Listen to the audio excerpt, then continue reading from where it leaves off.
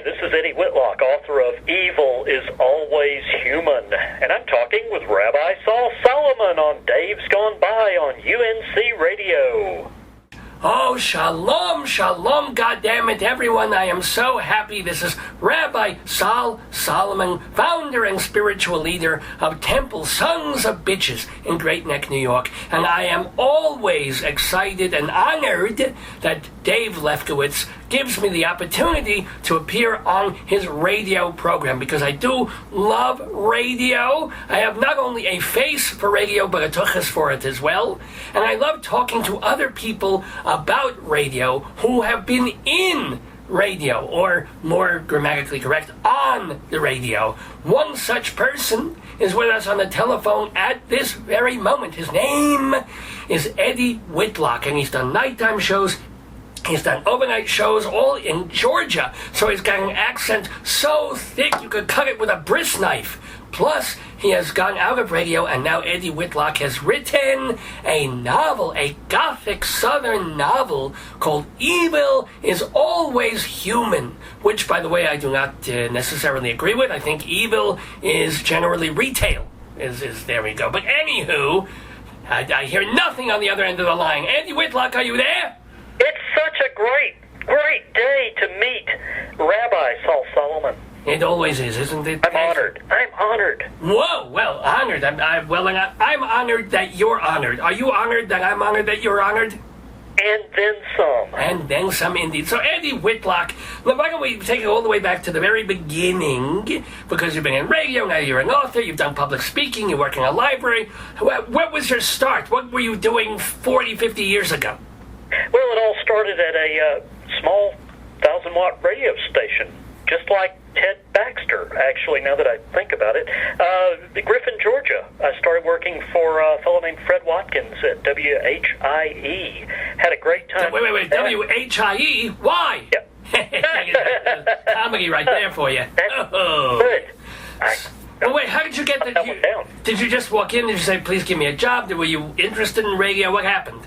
Well, it was the closest thing that I could see as being doing nothing and yet calling it a job. That's Dave's motto, yes.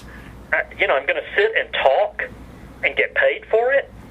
I'm there, buddy. Just let me know when and where. And so they gave me a 4-hour shift, and the rest, as they say, is history. How old were you at that point? 16. Oh, so really, that was still in high school kind of a gig. That's amazing. And how long did you stay in radio? Off and on. I was in radio for like 15, 20 years. Well, how old are you now? Off and on. Well, how old are you now then, if you don't mind my asking? I am a whopping 54 years old. Mit Mazel, mit Glick, you hit the big 5-0. That's so. All right. So it was a fairly early and not that huge part of your whole long life so far. But so you were on this. Let's keep it where we were on WHIE, or why not? So, how long were you there, and what was your next level? Where did you go from there? Moved across town to WGRI, because that's how local radio works. They steal the talent. I agree. Steal the talent. Did we get the AGRI? I agreed. All right, that wasn't very good. And so there were you the morning man there? Yeah, for a while I did the Wake Up with Whitlock morning show. Wake Up with Whitlock. Now, what was that show like? Or was it liked? It was not liked. We did it for several years in spite of the audience, and had a great time. We did a little bit of humor. We had regular callers. Had a lady whom we had nicknamed the Dirty Song Lady. Oh. Because she always called and requested the most suggestive songs. And we had our other regulars. We had Alan's... well, these days Alan works for the Postal Service. Oh. Any idea of his temperament? That's marvelous. So you would put these people on the air, or they would call and you would talk to them off the air while playing? We'd put them on the air, and we'd have a good time. I think probably we had a lot of good shtick. Is that appropriate? Yes, of course. Oh, shtick is a perfect word, yes. Well, one of our annual routines was to try our best to pull an April Fool's prank that people did not pick up on. Okay. So one year we set it all up ahead of time. We interviewed people. I have a cousin who's married to a wonderful Japanese girl. Oh, yes. Hi. Yes. Kavetzing. So I got him to get her to record some announcements for us in Japanese. And then on that day, it just happened that April Fool's fell on a Monday morning, which, if you really want to catch your audience off guard, do it on a Monday morning. Okay. So we did it on a Monday morning, and we announced that over the weekend our county had been sold to a Japanese corporation. Now, logically, you cannot sell a county, but who knew? Who thinks? Who knew? Right. Exactly. So they swallowed it hook, line, and sinker. It was great. So later in the day, I had this lady call me, Eddie, I can't believe our idiot commissioners sold us to the Japanese. I go, calm down. I said, what day is it? She said, it's a Monday. I said, what day of the calendar? Look at it. And she says, oh, it's April Fool's. It's an April Fool's joke. And I said, yes, ma'am, I'm sorry, it was just an April Fool's joke. There's a pause, and then the lady says, well, our commissioners are idiots. Yeah, not just the commissioners, apparently. Well, it's Georgia. What can I tell you? No, all right. I mean, but that sounds like a fun, kind of a slightly zany morning show. Not like a morning zoo. More like a morning pet farm would be called. A pegging farm zoo, yes. Yeah, we did. And some of your pranks don't work. Oh. Once we tried, because we were going to record, our station's receptionist was not the sharpest tool in the shed, didn't know she was in the shed. And she was a sweet lady, but not really sharp. So we thought we would have some fun and tell her that we were having a groundhog delivered that we were going to use on the morning show, Groundhog Day. Okay. I would believe that, though. That's not so, all right. Well, my sister works at a vet's office, or she did at the time. Very knowledgeable about animals. So we got her to do the call. We're recording the whole thing. Rabbi, it was so uneventful. Our receptionist takes down everything. She's not thrown. My sister's telling her, well, the animal weighs over 300 pounds. Okay, 300 pounds. Oh, good. It's got quite an odor. Oh. And it's pregnant. It's going to have babies any day now. Going to have babies any day.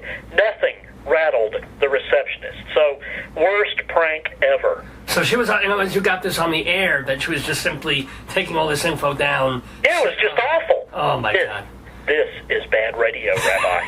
Avoid the prank. I know from bad radio, believe me. So, but let me ask you then, how long were you at GRI in Griffin, Georgia? How long were you doing that show? Oh, gosh, we did that show for maybe 5 years. And it just ran its natural course, or did you move to another station? I moved. Got a job in Athens, Georgia, where I was going to college at the University of Georgia, and worked for a fellow by the name of H. Randolph Holder at WGAU. Wow. Oh, sounds quite highfalutin, doesn't it? Well, actually, Athens, Georgia, was that sort of during the period when it was the musical hub on some level of New Wave in America? I mean, you had REM coming out of there and a couple of other players, or was that just post the whole REM thing? We were on the brink of that. At that point, actually, REM was playing locally and getting booed off stage. Oh, well. They really didn't do that great in the early days, because I think people showed up expecting Aerosmith or something, and they got, Losing My Religion. Well, no, not at that point. At that point, they got songs they couldn't understand what the hell Michael Stipe was saying. Well, there is that thing. That's Michael Stipe on the first 5 albums, let me tell you. Exactly. I got those. Oh, yeah. Yeah, you got to watch the video with lyrics. That's really out there. Well, yeah, it's not like the lyrics made sense when you did understand them, but anywho, so was that a fairly big station then? Yeah, comparatively, it was a step up, and but radio. Let's face it, you always have characters, and our radio station in Athens had this guy who was the engineer. Now, everybody I know who's ever worked in radio, no matter how long you've been out of radio, you will still have nightmares about the equipment not working. Absolutely. Get there and, the microphone doesn't work, or the microphone works too well. Whatever the problem is, everybody has nightmares about it. But we had an engineer named Les, and you've heard the saying, less is more. Well, in this case, that was not the case. Less was less in this particular case. Exactly. Right. So Les was... he was the absentee engineer. Oh, yeah. So it turns out that one of the things that Les did do very well was order light bulbs. Oh, this is important. Yes. Well, it turns out that the light bulb company had premium gifts if you ordered a large number of light bulbs. If you ordered a case of light bulbs, you got a radio. If you ordered 2 cases of light bulbs, you got a portable television. If you got 10 cases of light bulbs, well, there could be cigarettes in your future. You just never knew. So Les ordered a lot of light bulbs.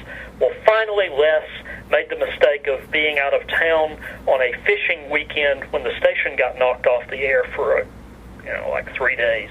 And that didn't go over well, as you might expect. And so Les got finally canned. And when they went down into the basement... How many light bulbs? Yeah. Yes, wall-to-wall light bulbs. Now, I didn't know if that story was true or not. I was working there at the time, but I was not allowed in the basement. So one day I asked Mr. Holder, I told him the story I just told you. I said, is it true about the light bulbs? And Mr. Holder would not quite answer, but he did say, we'll never have to buy light bulbs again. So apparently a true story. And, people get by however they can. They do whatever they... And if you kept the station working, hey, you would have had a lot of light bulbs. As God said, let there be light. So it would have been a very biblical... Premium gifts. Unfortunately, he didn't say, let there be fuses, let there be toilet paper in the bathroom.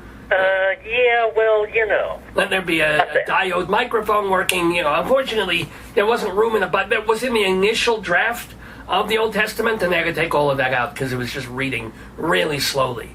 Well, yeah, and they took out a lot of the technical stuff. Let there be comfortable chairs in the waiting room. It just they took that out. What can I tell you? We're talking with Eddie Whitlock, the former radio host. We're getting to the point now. After you moved out of that station, did you stop radio altogether?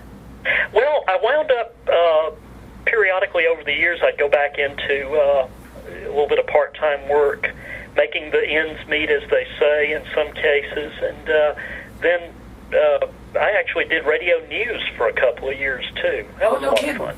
All of this in Georgia, right? Yeah. Wow. Yeah. So a very diverse career in a very limited geographic area. And probably very limited finances, but at least you were making something of a living in radio, which is not, believe me, easy to do. I know, but it's so darn much fun. I know.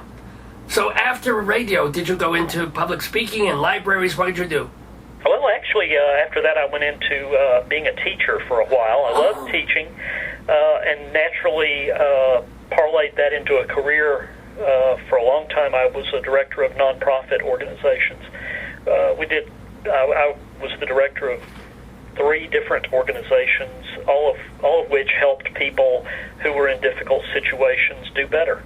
Oh, that's very... I didn't even see that part of your bio. So what you would just... Well, I try not to talk about the good stuff. No, because good stuff is boring, but what would you do? Would you get them jobs, give them a bar of soap? How would you help them? It ranged from... One of the jobs was directing an indigent health clinic. We helped people get health care who had no insurance. And one of the others was working with at-risk children, helping them to stay in school and get their educations. Will you smack them around? How would you keep them in love? No, how would you... What do you do? You hold the child, you shake him vigorously, and you say, stay in school, you asshole! I mean, what else do you do? Well, it worked when my dad did it, but no.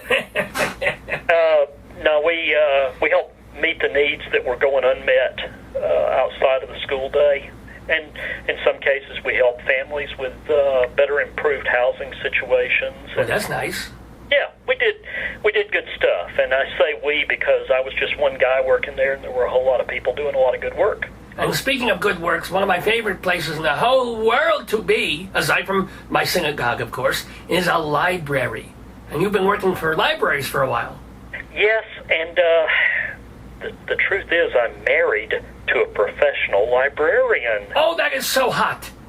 Is it me, or are librarian women the hottest thing? Does she wear glasses? Yes. Oh, I'm getting a boner as we speak. See? Yeah. No. And, she wears the kind of conservative outfit, but she's got the thing on under it. Yes! Yes, goddammit! Yes, oh my God! Does she have a specialty? What's her favorite Dewey Decimal number? 614. Yeah. Oh! That's about the number of commandments, isn't it? That's very good. So let me ask you then, what do you do in the library system? Well, I got a promotion recently. I had been working in circulation, but I got promoted. I am now the manager of the library store. Ooh!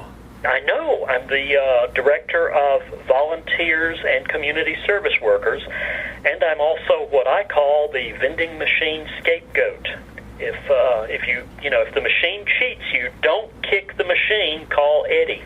And I come out to the lobby and they kick me. And that makes a lot. I used to work in circulation as well.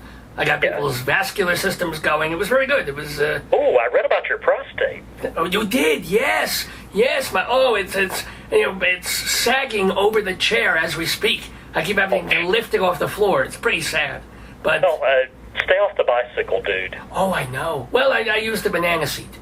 It's just, I don't even know where the hell this is going, quite honestly. It's going somewhere we do not want to go. Oh, no, a few years ago I went bicycle shopping with a male friend of mine. So he and I are looking at bicycles because he was going to get a bicycle.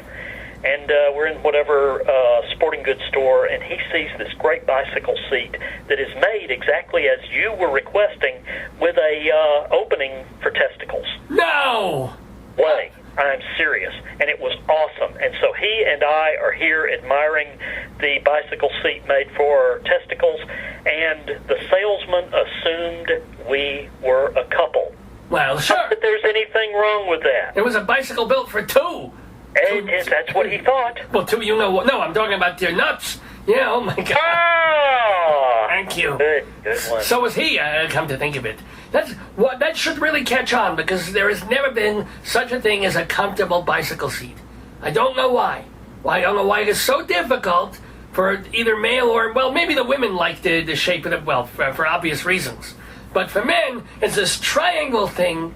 It took us, is it killing you? The taint? Do you know what your taint feels like even after a 15-minute ride? I know. I used to ride a stationary bicycle and it hurt. That's not even going anywhere. I know. Why would you do this? I gave it up and switched over to a treadmill. Yeah, well, at least that goes a foot or two. You're moving up in the world. Maybe next time get a roller skate. You'll actually get across the block in an hour. It's a good idea. Give it some thought.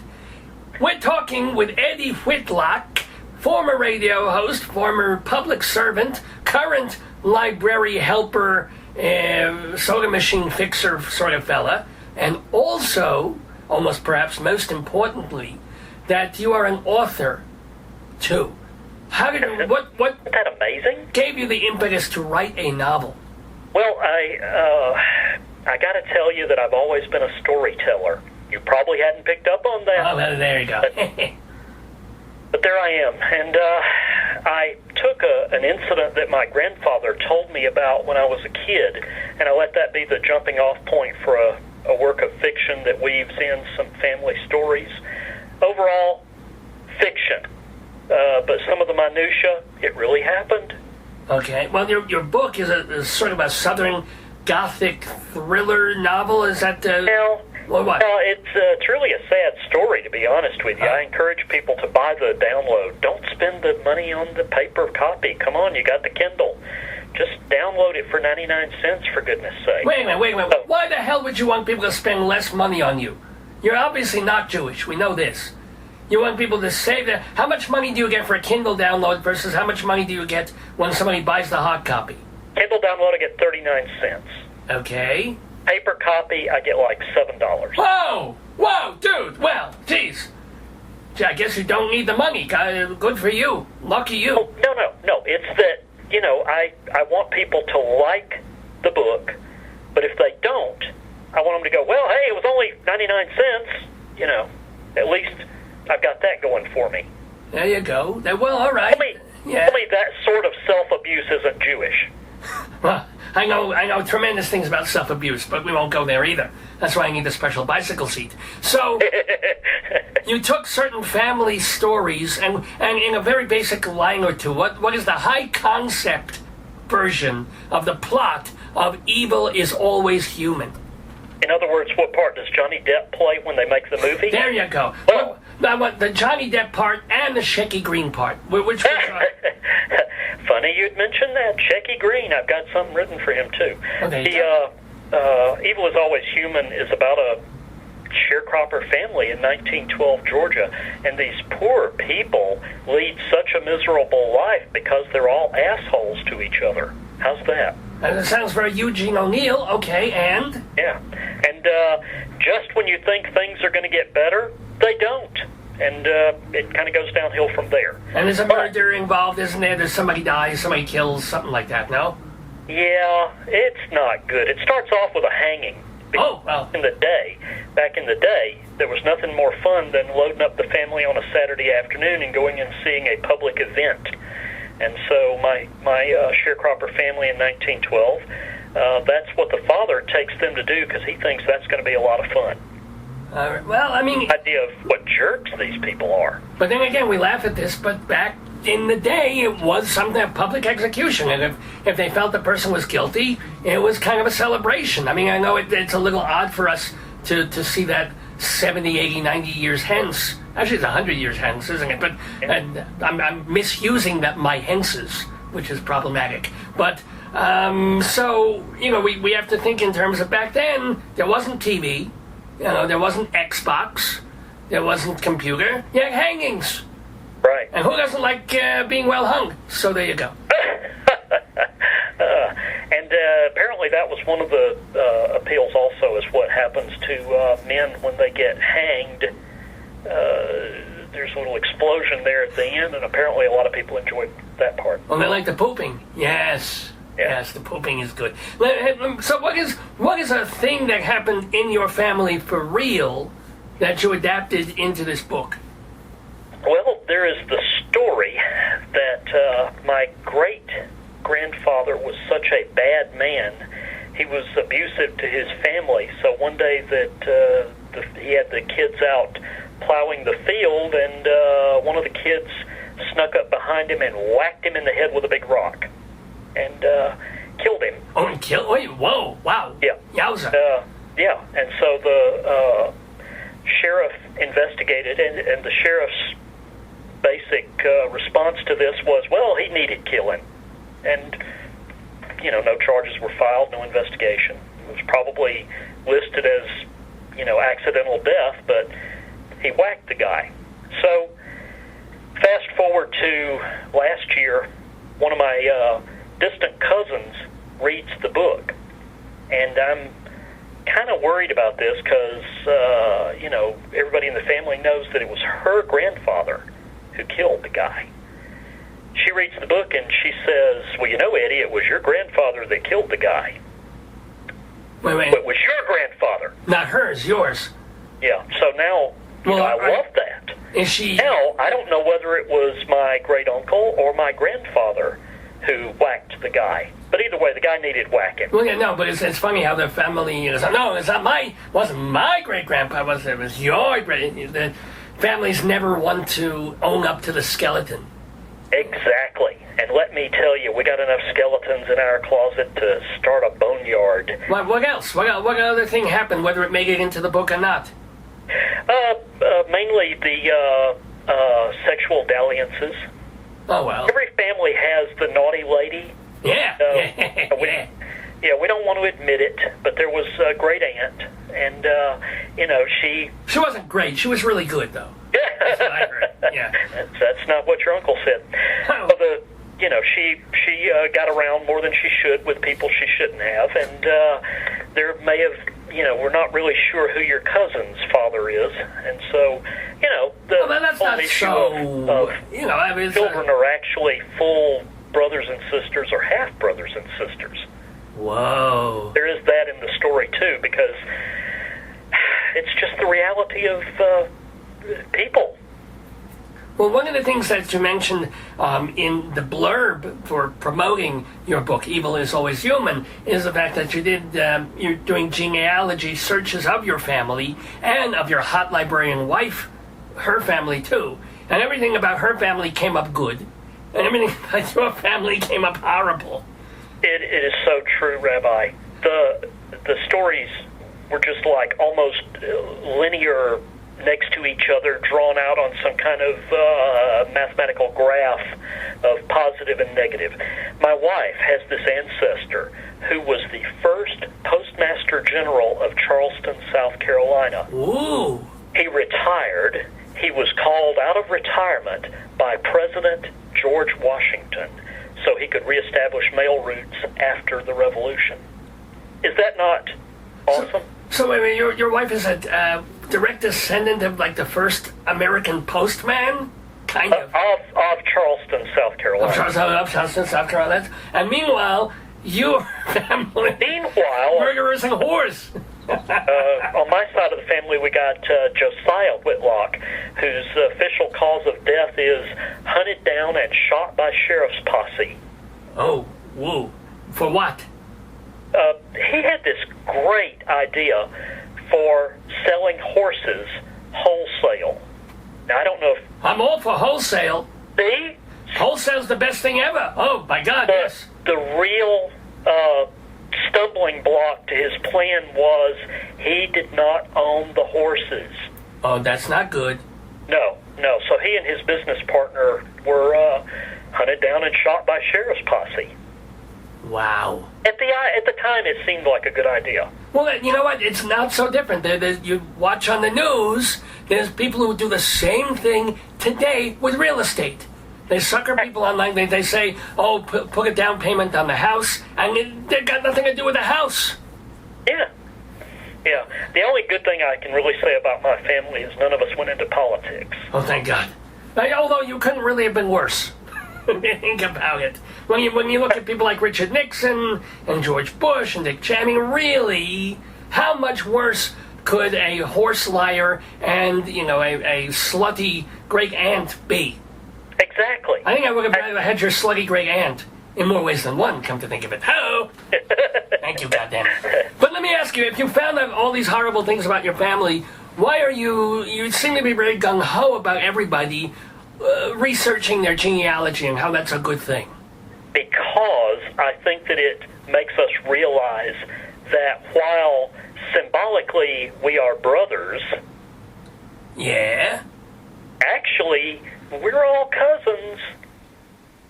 I mean, if you do enough research, you'll find out that your family wove in and out with some interesting characters, not always the Solomon family, So you're going to find out that you have relatives everywhere, and you have relatives of every walk of life. And they weren't all Postmaster General of Charleston, South Carolina either.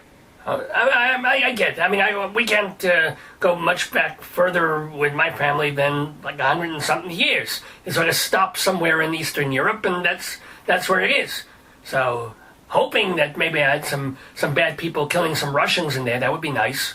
See? Then we deserve it. Have that going for you. Yeah. So... Connection to the Moscow mob, that could come in handy. It would now, come to think of it, because, we could use a new sump pump for the synagogue. Don't have the money for it. Now let me ask, in our closing minutes with Eddie Whitlock, are you working on another book? I'm working on a couple of books. One of them, of course, is a sequel to Evil is Always Human. And the sequel follows my main character to his death, actually. Oh, sounds like fun. I want it to be a trilogy. I hate trilogies. So, by golly, the sequel is going to be the last book in that series. I hate trilogies. All right, so don't do a trilogy. You're doing the second, but you've given away the ending, which people can really skip through about 300 pages right there. Darn it. And what other, if you don't mind, what other kinds of books are you working on? Well, the other one is a collection of zombie short stories involving U.S. presidents throughout history. What? Yeah. See, what if the zombie apocalypse had happened with President James Buchanan. Huh? Now we're talking interesting story, aren't we, Rabbi? I don't even remember. What? I don't know the first thing about James Buchanan. Was he the fat one? No, he was probably our only gay president. Oh, well, whoa. Yeah. See? So if he were a zombie, then, okay. How would President Buchanan deal with the zombie apocalypse? And my answer is, not very well. Because he is also one of our lesser-known presidents for a good reason. He preceded Abe Lincoln and didn't do so hot, opening the door for Abraham Lincoln. And then what if... Well, at least he didn't open the back door for Abraham Lincoln, if you know what I'm saying. Boom, boom. Thank you. You're all weak, people. Thank you. You're welcome. Thank you, Sam. Well, there's also talk that Lincoln was gay. There's a thing now where any famous person, there's some gay group that's saying they're gay. I don't know. It's always happening. Any famous Hollywood actor, any historical figure from President Lincoln, I've heard this about. They say Tennessee Williams was gay. I don't believe any of this. No. And Liberace. And not. Absolutely not. No. He loved his mother. That's nothing wrong with Exactly. There's nothing wrong with that. And high fashion, I think that's a positive attribute. So, zombies during other presidents' realms. And if you go to my Facebook page, as I know you will, you can look under the notes section for one of the stories from the book. It's called, it's the story of George W. Bush and the zombie apocalypse. George W. Bush was the zombie apocalypse, for crying out loud. Yeah, and I got to tell you, I am so going to use your line that George W. Bush couldn't find his ass in his underpants. It's a good line. Thank you so much. I watched him try and do it. It was really horrifying. He was in the back lawn of the White House. He get to scratch, and he was feeling around in there. It was tragic. But I'm pretty sure Cheney gave him directions. Indeed. Well, no, Cheney couldn't fire a gun in the right direction. I'm not sure. Ooh. Anywho, speaking of zombie apocalypses, so this is the deal, people. What is your Facebook page? Is that the best place for people to find out about Eddie Whitlock? They can look me up on Amazon.com, or they can look me up on a website called Goodreads.